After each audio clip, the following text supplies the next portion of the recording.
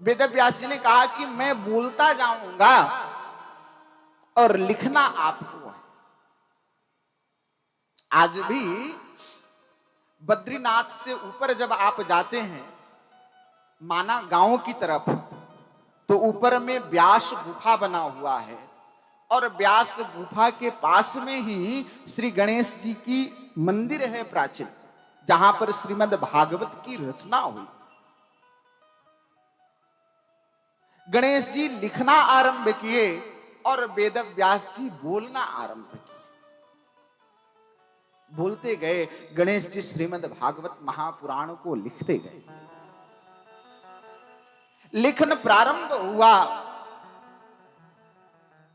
यह श्रीमद् भागवत महापुराण लिख करके तैयार हो गया। संत आचार्य बड़े अच्छे भाव देते हैं, कहते हैं कि यह जो पुराण है ना श्रीमद् भागवत महापुराण, जिसमें 12 स्कंद 335 अध्याय और 18,000 श्लोक हैं, यह भागवत महापुराण हमारे ठाकुर जी को बहुत प्रिय है। वेद व्यास जी ने भगवान के भोग की वस्तु निर्मित की। जैसे हम सब भंडारे के लिए अलग अलग पकवान बनाते हैं, वेद व्यास जी ने ऐसे ही सुंदर 12 स्कंदों से युक्त दिव्य पकवान बनाया। कहा कि देखो, भंडारा परसने वाला व्यक्ति कैसा होना चाहिए? तो भाई देखने में साफ सुथरा हो। कोई भंडारा खिलाने वाला व्यक्ति किसी गंदे कपड़े पहन करके आ जाए तो हम उसके हाथ से भंडारा तो नहीं ग्रहण करेंगे। तो भंडारा परसने वाला व्यक्ति साफ हो, स्वच्छ हो। यदि कोई भंडारा परसने वाला व्यक्ति तंबाकू बीड़ी पान खा रहा हो तो भी हम उसके हाथ से भंडारा नहीं लेंगे। संतों ने कहा कि भाई यह श्रीमद् भागवत को परसने वाला व्यक्ति व्यसमुक्त होना चाहिए। भंडारा परसने वाला व्यक्ति कैसा हो? तो कहे कि भंडारा खिलाने वाले व्यक्ति को तृप्त होना चाहिए। जिसने अपने जीवन में अच्छे से खाया हो वही दूसरे को खिला सकता है। कहे कि व्यसन से मुक्त हो, वह तृप्त हो, वह शुद्ध हो, वही व्यक्ति जब भंडारा वितरित करता है तो हर लोग उसके हाथ से लेने के लिए लालायित रहते हैं। क्योंकि यह श्रीमद् भागवत महापुराण 12 स्कंदों में बन करके यह दिव्य व्यंजन तैयार हुआ। इस व्यंजन को वितरित कौन करेगा? इसके योग्य व्यक्ति चाहिए जो सबको निष्पक्ष रूप से बिना भेदभाव किए सबको दे सके। ऐसे व्यक्ति की आवश्यकता है। वेद व्यास जी ने ग्रंथ लिखा। वेद व्यास जी को भी कोई संतान नहीं है, उत्तरार्ध आ गया। संयोग देखिए, इस श्रीमद् भागवत के जो वक्ता हैं भगवान श्री सुखदेव, यह कौन है?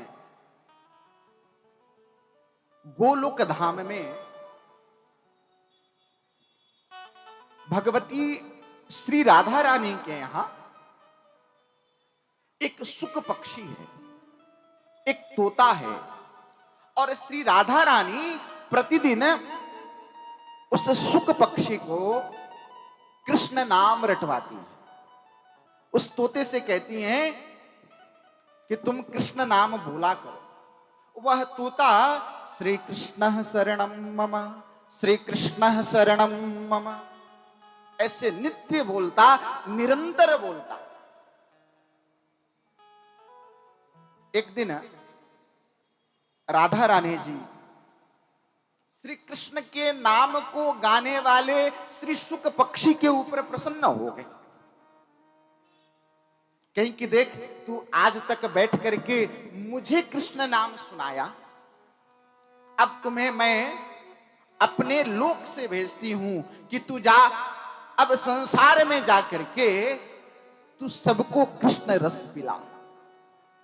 भगवती श्री राधा रानी के आशीर्वाद को लेकर के वही शुक पक्षी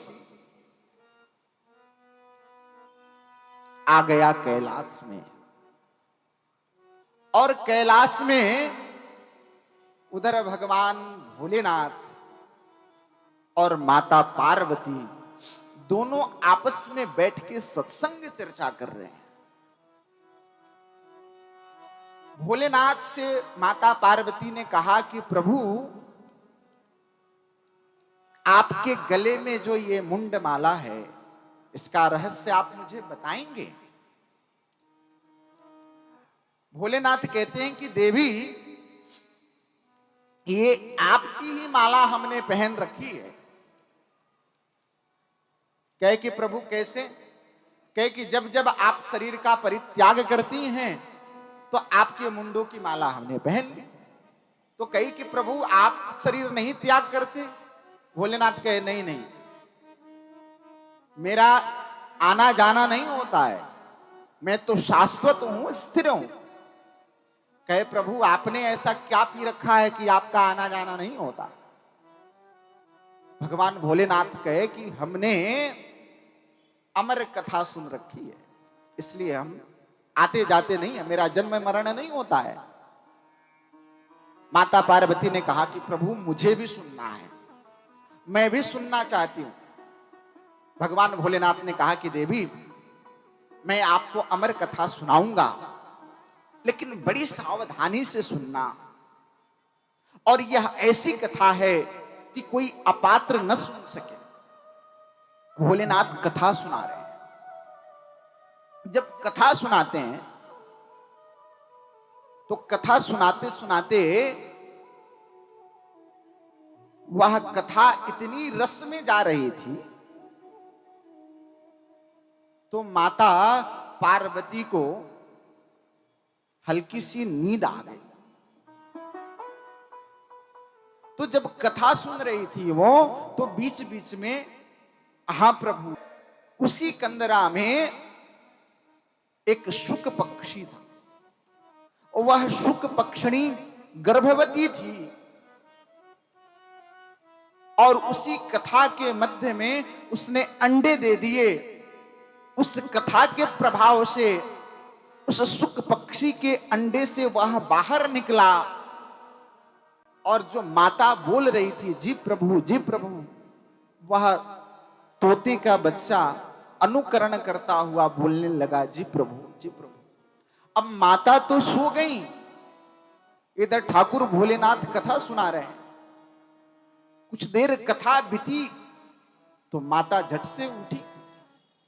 उन्होंने पूछा कि प्रभु जरा एक बार आप पुनः कहेंगे क्या? भोलेनाथ ने कहा कि देवी आप सुन नहीं रही थी क्या? उन्होंने कहा कि प्रभु कथा में इतनी आनंद आई कि मुझे थोड़ा सा नींद मुझे आ गई। भोलेनाथ ने कहा कि देवी यदि आप सो गई थी तो आपकी आवाज में ये कथा के मध्य में बोल कौन रहा था? चारों तरफ जब उन्होंने देखा तो एक छोटा सा शुक पक्षी था जो अनुकरण करता हुआ बोलता था। भोलेनाथ को क्रोध आया और भगवान भोलेनाथ अपने त्रिशूल को फेंक दिए। वो शुक पक्षी भागता हुआ गया और नदी के तट पर वेदव्यास जी की पत्नी जल भर रही थी। वह शुक पक्षी उनके मुख में प्रवेश कर गया और त्रिशूल बाहर वापस आ गया। वेदव्यास जी की पत्नी जब घर गई, सारे वृत्तांत को बताई, तो वेदव्यास जी ने आंख बंद करके ध्यान लगाया तो जान गए कि हमारे घर साक्षात प्रभु नारायण की परम कृपा प्रसाद आने वाला है। बोलिए वृंदावन बिहारी लाल की जय हो। 1 वर्ष 2 वर्ष बीत गए। व्यास जी की पत्नी गर्भवती हैं, 2 वर्ष बीत गए, बालक का जन्म नहीं हुआ, संतान का जन्म नहीं हुआ। 12 वर्ष बीत गए गर्भ में। एक दिन वेद व्यास जी ने समाधि में जाकर के और गर्भ में पल रहे बालक से वार्तालाप की। वेद व्यास जी ने कहा कि बेटा, आप मां के गर्भ में हो, गर्भ में बहुत गंदगी होती है, आपको गर्भ से बाहर निकल के आना चाहिए। गर्भस्थ बालक ने अपने पिता वेद व्यास जी से कहा कि पिताजी, एक बात बताऊं आपको, मां के गर्भ की गंदगी बहुत अच्छी है संसार की गंदगी से, इसलिए मैं संसार में नहीं आना चाहता। मुझे मां के गर्भ की गंदगी स्वीकार है, लेकिन संस्कार की गंदगी मुझे स्वीकार नहीं है।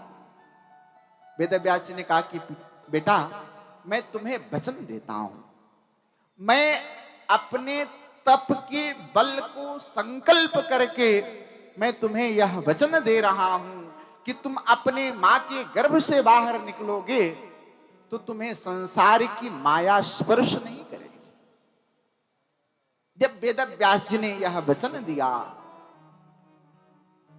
तो उनकी पत्नी के गर्भ से 12 वर्ष की अवस्था में भगवान शुकदेव का प्राकट्य होता है। बोलिए शुकदेव भगवान की। भगवान शुकदेव जैसे ही मां के गर्भ से बाहर निकलते हैं, 12 वर्ष की अवस्था है, निकलते ही किसी से बात नहीं की, न पिता से न माता से, जंगल की तरफ प्रस्थान कर गए। किसी से बोलते नहीं, किसी से बातचीत नहीं करते, जा रहे हैं जंगल में। एक सरोवर पर कुछ अप्सराएं स्नान कर रही हैं।